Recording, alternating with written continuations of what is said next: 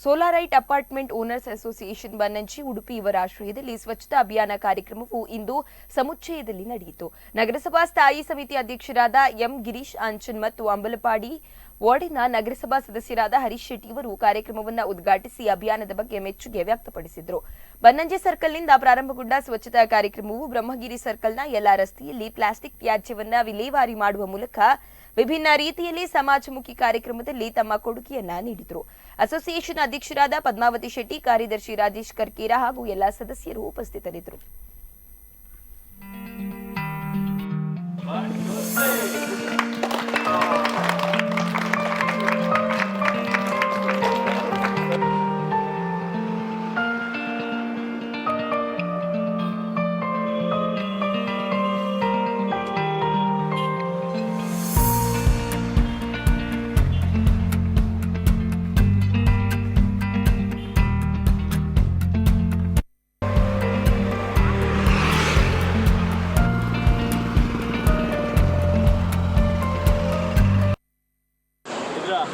ಒಂದು ಅಂಗವಾಗಿ ಸ್ವಚ್ಛತಾ ಅಭಿಯಾನವನ್ನು ನಾವು ಮಾಡಿದ್ದೇವೆ.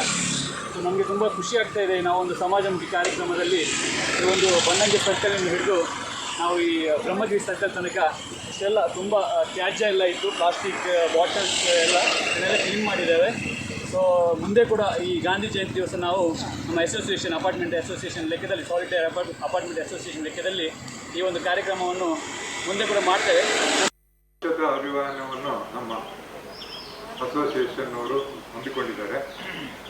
ಪ್ರಧಾನಮಂತ್ರಿಯವರು ಸ್ವಚ್ಛ ಭಾರತ ಅಂತ ಹೇಳಿ ಒಂದು ಕಾರ್ಯಕ್ರಮವನ್ನು ಪ್ರಾರಂಭಿಸಿದರು. ಆವಾಗಲೇ ಗೊತ್ತಾಗಿದ್ದು ನಮಗೆ ಈ ಥರದ್ದೊಂದು ಸ್ವಚ್ಛತೆ ನಮ್ಮ ಮನೆಯಲ್ಲೇ ಪ್ರಾರಂಭ ಮಾಡಲಿಕ್ಕೆ ಸಾಧ್ಯ ಇದೆ ಅಂತೇಳಿ. ಈ ರೀತಿಯ ಒಂದು ಅವೇರ್ನೆಸ್ ಎಲ್ಲರಿಗೂ, ಮಕ್ಕಳಿಗೆ ವಿಶೇಷವಾಗಿ ಮಕ್ಕಳಲ್ಲಿ ಬರಬೇಕು. ನನಗೆ ನೆನಪಿದೆ, ಶಾಲೆಯಲ್ಲಿ ನಾವು ಹೋಗುವಾಗ ಬೆಳಿಗ್ಗೆ ಬೇಗ ಬಂದವರು ಕಸ ಎತ್ತುವ ಒಂದು ಪರಿಪಾಠ, ಅದನ್ನು ಹೆಚ್ಚಿದವರಿಗೆ ಒಂದು 5 ಮಾರ್ಕ್ ಬರ್ತಾ ಇತ್ತು. ಒಂದು ಪ್ರೋಗ್ರಾಮ್ ಅನ್ನು ಮಾಡಿದ್ದೀರಿ ನೀವು, ನನಗೆ ಭಾರಿ ಖುಷಿ ಆಯಿತು. ಇಲ್ಲಿ ಹಿರಿಯರೆಲ್ಲ ಒಟ್ಟಾಗಿ ಈ ಟೀ ಶರ್ಟ್ ಅನ್ನು ಹಾಕೊಂಡು ಬಂದು ಕುಳಿತುಕೊಳ್ಳುವಾಗ ಭಾರಿ ಖುಷಿ ಆಗ್ತಾ ಉಂಟು ನನಗೆ. ಈ ಮೋದಿ ಅವರು ಮಾಡಿರುವಂತಹ ಈ ಸ್ವಚ್ಛತಾ ಅಭಿಯಾನವನ್ನು ನೀವು ಹೇಗೆ ಇಷ್ಟು ಬೇಗ ಬಂದು ಬೆಳಿಗ್ಗೆ ಬೇಗ ಬಂದು